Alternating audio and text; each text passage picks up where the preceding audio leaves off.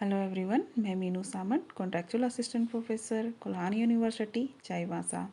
आज हम UG semester 5 के कोर पेपर 11 के अंतर्गत राष्ट्रीय शक्ति अर्थ परिभाषा एवं उसके तत्वों पर चर्चा करेंगे। राष्ट्रीय शक्ति अर्थात नेशनल पावर। राष्ट्रीय शक्ति क्या है, तो इससे पहले हम शक्ति की अवधारणा को जानेंगे। तो शक्ति वह बल है जिसमें कोई व्यक्ति अन्य व्यक्ति को अपनी इच्छा अनुसार नियंत्रित करने व प्रभावित करने की चेष्टा करता है, तो वो शक्ति कहलाती है।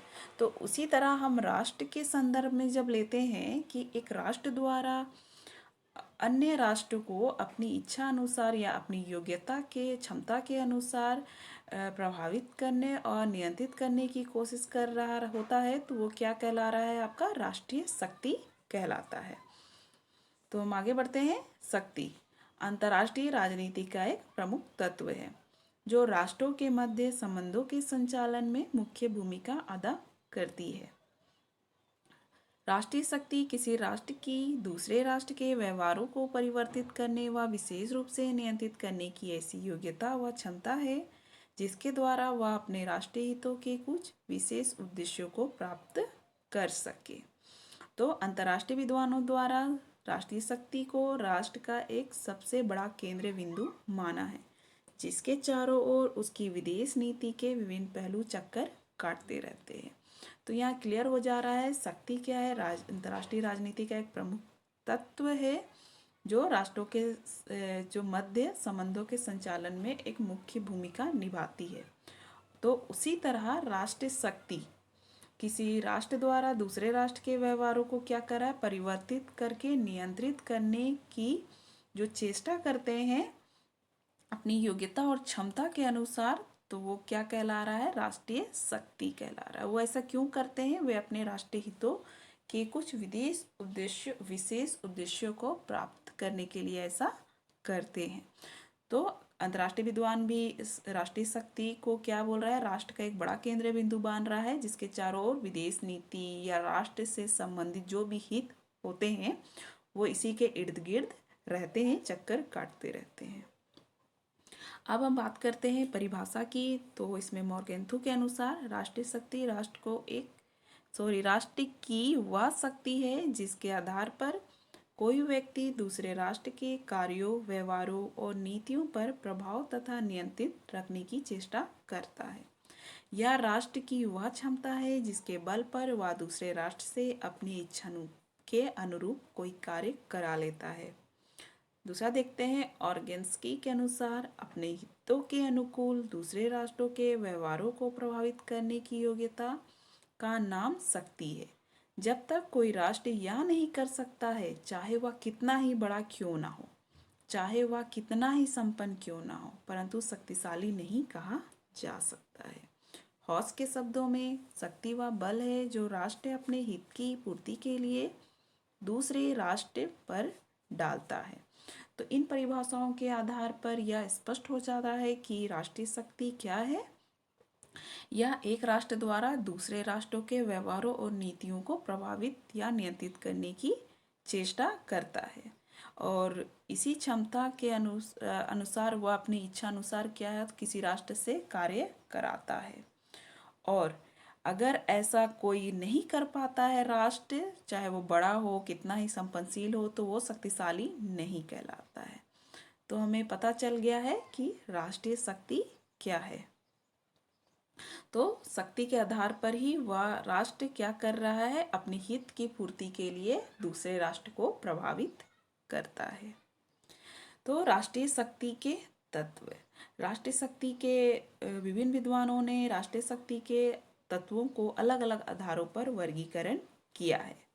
जैसे मॉर्गेंथो इसे अस्थाई और अस्थाई के रूप में वर्गीकृत कर रहे हैं, वहीं ऑर्गेन्स्की प्राकृतिक और सामाजिक वर्गीकरण के आधार पर तत्वों को रख रहे हैं तथा पार्मर तथा पार्किंसन गैर मानवीय और मानवीय तत्व के रूप में राष्ट्रीय शक्ति को वर्गीकृत कर रहे हैं। तो इसी तरह हम राष्ट्रीय शक्ति को सम्मिलित रूप से अगर देखेंगे तो राष्ट्रीय शक्ति के प्रमुख तत्व निम्नलिखित आते हैं, जिसमें पहला है आपका भूगोल। तो भूगोल को राष्ट्रीय शक्ति का सबसे अधिक अस्थायी तत्व माना गया है। नेपोलियन ने एक बार कहा था कि एक देश की विदेश नीति उसके भूगोल द्वारा ही निर्धारित होती है। तो एकदम क्लियर है इसमें कि भूगोल एक अस्थायी तत्व है और देश की जो विदेश नीति है कहीं ना कहीं क्या हो रहा है, भूगोल द्वारा ही निर्धारित होती है। तो इसी तरह जब राष्ट्रों के जो आधारभूत आपके जो तत्व है भौगोलिक कारकों के आधार पर हम इसमें कुछ महत्वपूर्ण घटक देख सकते हैं। जैसे पहला है आपका क्षेत्रफल, दूसरा है जलवायु, तीसरा स्थलाकृति और अवस्थिति। ये सब आपके भूगोल के अंतर्गत आते हैं, जिसका हम थोड़ा बहुत विवेचन इस प्रकार करेंगे। तो जिसमें पहला है क्षेत्रफल। एक देश जितना विशाल होगा तो क्या है, उसकी जो सुरक्षात्मक शक्ति है उतनी ही अधिक होगी। और इस क्षेत्रफल से क्या हो रहे हैं, दो लाभ हो रहे हैं। देश अधिक जनसंख्या को संभाल सकता है और दूसरा क्या हो रहा है, वहाँ प्राकृतिक संपदा अधिक होगी और विविध प्रकार की होगी। तो इस तरह क्या हो रहा है, सुरक्षा के संबंध में क्षेत्रफल के आधार पर सैनिकों को भी लाभ पहुंचता है। लेकिन अगर हम देश का विशाल आकार का ही अगर अभिप्राय ले लेंगे तो ये गलत होगा। क्षेत्र का उपयोगी होना भी जरूरी है। अगर विशाल आकार है मगर उसमें सिर्फ जंगल है, रेगिस्तान है, बर्फ से ढका वीरान इलाका है तो वो उपयोगी सिद्ध नहीं होगा।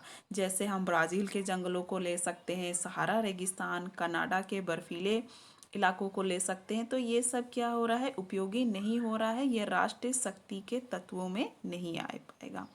अगर हम बोलेंगे कि इसका क्षेत्रफल, तो क्षेत्रफल उपयोगी होना चाहिए। तो इस तरह हम देखते हैं कि आपका जो क्षेत्रफल है वो क्या बोल रहा है, विशाल होना चाहिए, कृषि योग्य भूमि, कच्चे माल और अधिक जनसंख्या लेने वाला क्षमता वाला क्षेत्र होना चाहिए। दूसरा देखते हैं जलवायु। जलवायु क्या है, कहीं ना कहीं ये अत्यंत ही प्रभावक भौगोलिक तत्व है जिसका देश के विभिन्न उत्पादन, सार्वजनिक स्वास्थ्य व चरित्र पर व्यापक प्रभाव पड़ता है। ऐसा माना जाता है कि ठंडे जलवायु वाले लोग गर्म जलवायु वाले निवासियों की अपेक्षा अधिक कर्मठ और परिश्रमी होते हैं। यानी ठंडे जलवायु वाले लोग ज़्यादा परिश्रमी होते हैं गर्म जलवायु वाले निवासियों की अपेक्षा। तो इस तरह जलवायु विषमता के कारण भी क्या हो रहा है, हमारा जो राष्ट्रीय शक्ति के तत्व है उसके आधार पर ये प्रभावित हो रहा है, देश प्रभावित होता है। जैसे देख सकते हैं कि सहारा, अमेजन और जो बेसिन है यह मानव निवास के लिए अनुपयुक्त है। वहीं भारत का अगर बात करें तो अनावृष्टि और अतिवृष्टि यानी कम बारिश और ज़्यादा बारिश की जो जलवायु है भारत की मुख्य विशेषता है। तो कहीं ना कहीं इस वजह से क्या हो रहा है, भारत का कृषि की दृष्टि में भारत देश पिछड़ गया है। तो इस तरह हम देखते हैं कि जलवायु भी राष्ट्रीय शक्ति के तत्व में एक महत्वपूर्ण भूमिका निभाती है। थर्ड पॉइंट देखते हैं स्थलाकृति। स्थलाकृति क्या है, यह जलवायु से भी अधिक महत्वपूर्ण है क्योंकि सर्दी गर्मी आदि जो है वो क्या है, स्थलाकृति द्वारा ही प्रभावित होते हैं। तो स्थलाकृति का निर्धारण कैसे हो रहा है, प्राकृतिक सीमाओं का निर्धारण द्वारा होता है। तो ये बहुत ही ज़्यादा उपयोगी होता है। जैसे नदियाँ, पर्वत, समुद्र से घिरे हुए देश कहा जाता है कि अन्य देशों की अपेक्षा अधिक सुरक्षित होते हैं। फोर्थ पॉइंट देखते हैं अवस्थिति। तो अवस्थिति देश की अवस्थिति मतलब कि उसका लोकेशन कहाँ है, वहाँ की राजनीति और युद्ध कौशल के निर्धारण में क्या हो रहा है, ये सहयोग देखती है। तो राष्ट्र की अवस्थिति पर उत्पादन, खनिज पदार्थ और औद्योगिक विकास निर्भर करता है। जैसे हम ब्रिटेन, फ्रांस, अमेरिका को अटलांटिक महासागर पर अवस्थित होने के कारण हम उसको देख पाते हैं कि बड़ा लाभ मिलता है। तो इस प्रकार अवस्थिति, क्षेत्रफल, जलवायु, स्थलाकृति भूगोल के अंतर्गत आते हैं, जो कि एक राष्ट्रीय शक्ति के तत्व में महत्वपूर्ण भूमिका अदा करती है। दूसरा देखते हैं प्राकृतिक संसाधन। प्राकृतिक संसाधन राष्ट्र के निर्माण में दूसरा सबसे महत्वपूर्ण तत्व है। प्राकृतिक संसाधन में हम खनिज, ईंधन, भूमि तथा भूमि से प्राप्त तेल, वनस्पति, कोयला आदि को पाते हैं। किसी राष्ट्र के लिए बड़ी शक्ति बनने के लिए यह एक आवश्यक शर्त है कि प्राकृतिक संसाधनों तक पहुंच बिना बाधा जरूरी है। तो इस तरह प्राकृतिक संसाधन राष्ट्र की पूंजी को हम कह सकते हैं, महत्वपूर्ण तत्व इसको कह सकते हैं। थर्ड देखते हैं जनसंख्या। विद्वानों में कोई मतभेद नहीं है कि राष्ट्रीय शक्ति के स्रोत के रूप में जनसंख्या का अति महत्व है। हम देख सकते हैं कि रोम साम्राज्य की शक्ति का मुख्य कारण उसकी विशाल जनसंख्या थी। वहीं अरस्तु के अनुसार यूनान के पतन का मुख्य कारण क्या था? वहाँ की जनसंख्या का ह्रास। तो इस प्रकार हम देखते हैं कि जनसंख्या सैन्य व आर्थिक दृष्टि में भी राष्ट्र की वृद्धि के लिए आवश्यक हो सकता है या आवश्यक होता है। तो जनसंख्या भी एक आवश्यक तत्व के रूप में हम देखते हैं। फोर्थ है तकनीकी विज्ञान के व्यवहारिक ज्ञान को हम कहते हैं, जिसमें तकनीकी के अंतर्गत वे साधन आते हैं जिससे राष्ट्र की भौतिक समृद्धि में सहायता मिलती है। आज हम जीवन के प्रत्येक क्षेत्र में कृषि, उद्योग, चिकित्सा, शिक्षा, संचार आदि में तकनीकों के शोध का एक महत्वपूर्ण प्रभाव रहा है, जो कि राष्ट्रीय शक्ति की स्थिति के निर्धारण में महत्वपूर्ण भूमिका निभाई है। तकनीक के अंतर्गत हम कुछ तकनीकों को देखते हैं, जैसे सैनिक तकनीक, दूसरा औद्योगिक तकनीक और तीसरा है संचार तकनीक। तो ये सैनिक तकनीक क्या है? आज जो राष्ट्र के पास आधुनिक युद्ध से संबंधित जो भी शास्त्र है, आधुनिक तकनीक का ही प्रभाव है। जो राष्ट्र अपने प्रतिद्वंद्वी के तुलना में जितना अधिक सैन्य तकनीक से सुसज्जित होगा, उतना ही वो लाभपूर्ण की स्थिति में होगा। जैसे हम अमेरिका, चीन, रूस को देख सकते हैं, जहाँ की सैन्य शक्ति अपरिमित हो गई है। दूसरा है औद्योगिक तकनीक। आर्थिक समृद्धि की स्थापना करने में क्या हो रहा है? राष्ट्रीय शक्ति वृद्धि स्थापना करके राष्ट्रीय शक्ति में वृद्धि हम कर सकते हैं। तो ये औद्योगिक तकनीकी के माध्यम से ही क्या हो रहा है? राष्ट्र के आर्थिक उत्पादन में वृद्धि होती है, जिससे क्या हो रहा है? राष्ट्र के नागरिकों का जीवन स्तर ऊंचा उठता है। तो ये औद्योगिक तकनीक के द्वारा ही संभव है। थर्ड है संचार तकनीक। संचार तकनीक का अभिप्राय हम संचार और जो आवागमन के आधुनिक साधनों का हम मान सकते हैं, जो किसी राष्ट्र की किस सीमा तक विकास हुआ है या हम देख सकते हैं कि कैसे मनुष्य, वस्तुओं के विचारों का आदान प्रदान संभव हुआ है।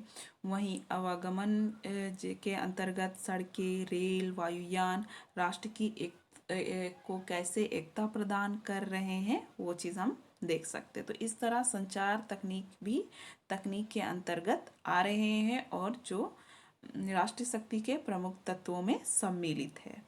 फिफ्थ पॉइंट देखते हैं राष्ट्रीय चरित्र। राष्ट्रीय चरित्र शक्ति का एक सूक्ष्म और मानवीय तत्व है। प्रत्येक देश के नागरिकों में मुख्य गुण और अवगुण होते हैं, तो जिसे हम सामूहिक रूप से राष्ट्रीय चरित्र के नाम से जानते हैं। हम देखते हैं कि किसी राष्ट्र के सामूहिक व्यक्तियों का चरित्र कैसे होता है, स्वभाव कैसे होता है, तो कहीं ना कहीं ये चीज़ आपके राष्ट्रीय शक्ति के तत्वों में सम्मिलित होते हैं और उसके राष्ट्रीय शक्ति को बनने में एक मुख्य भूमिका निभाते हैं। 6 पॉइंट है राष्ट्रीय मनोबल। यह एक निष्ठा, साहस, विश्वास या व्यक्ति की गरिमा से संबंधित या प्रेरित होता है। मनोबल में क्या देखते हैं? सैन्य तैयारियां कैसे हो रहे हैं, कूटनीतिज्ञ सेवाएं समाहित होती है। तो किसी राष्ट्र का मानसिक दृष्टिकोण हो सकता है।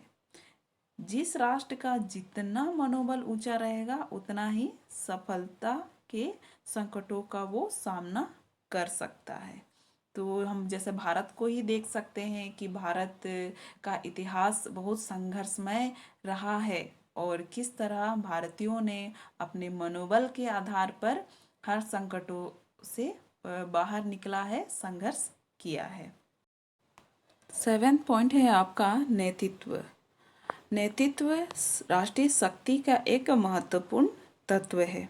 नेतृत्व में ही राष्ट्रीय शक्ति के अन्य सभी आधार उचित दिशा निर्देशन पाते हैं, जिससे अन्य तत्वों के विकास और अनुशीलन की प्रेरणा होती है। नेतृत्व की अनुपस्थिति में राष्ट्र की रचना नहीं की जा सकती है। तो इस तरह हम नेतृत्व के प्रभाव को युद्ध में देख सकते हैं। सैनिक नेतृत्व राष्ट्र पर सदा ही निर्णायक प्रभाव डाला है। तो इस तरह हम देख लिए हैं कि नेतृत्व भी आपके राष्ट्रीय शक्ति के तत्वों में शामिल है। लास्ट पॉइंट है कूटनीति। अंतर्राष्ट्रीय संबंधों के संचालन में जैसे विदेश नीति के द्वारा होता है, तो उसी तरह विदेश नीति को लागू करने का कार्य कौन करती है? कूटनीति करती है। और विदेशिक मामलों में कूटनीति का संचालन उतना ही महत्वपूर्ण होता है जितना कि हम युद्ध काल में सैनिक नेतृत्व को देख सकते हैं। तो हम मानते हैं कि कूटनीति भी एक राष्ट्रीय शक्ति के प्रमुख तत्व में शामिल है। कूटनीति को हम राष्ट्रीय शक्ति का मस्तिष्क कह सकते हैं। तो इस तरह हम देख पाते हैं कि राष्ट्रीय शक्ति क्या है और इसकी परिभाषा को जान पाते हैं कि किसने क्या क्या इन्हें किसके द्वारा परिभाषित किया है और राष्ट्रीय शक्ति के प्रमुख तत्व कौन कौन से हैं। ये एग्ज़ाम्स के दृष्टि में काफ़ी महत्वपूर्ण है। आपको क्वेश्चन पूछे जा सकते हैं या क्वेश्चन आ सकते हैं कि आपका राष्ट्रीय शक्ति के प्रमुख तत्व की विवेचना करे या उसका उल्लेख करे। तो इसके अंतर्गत ये सारे आपके पॉइंट आएंगे। धन्यवाद।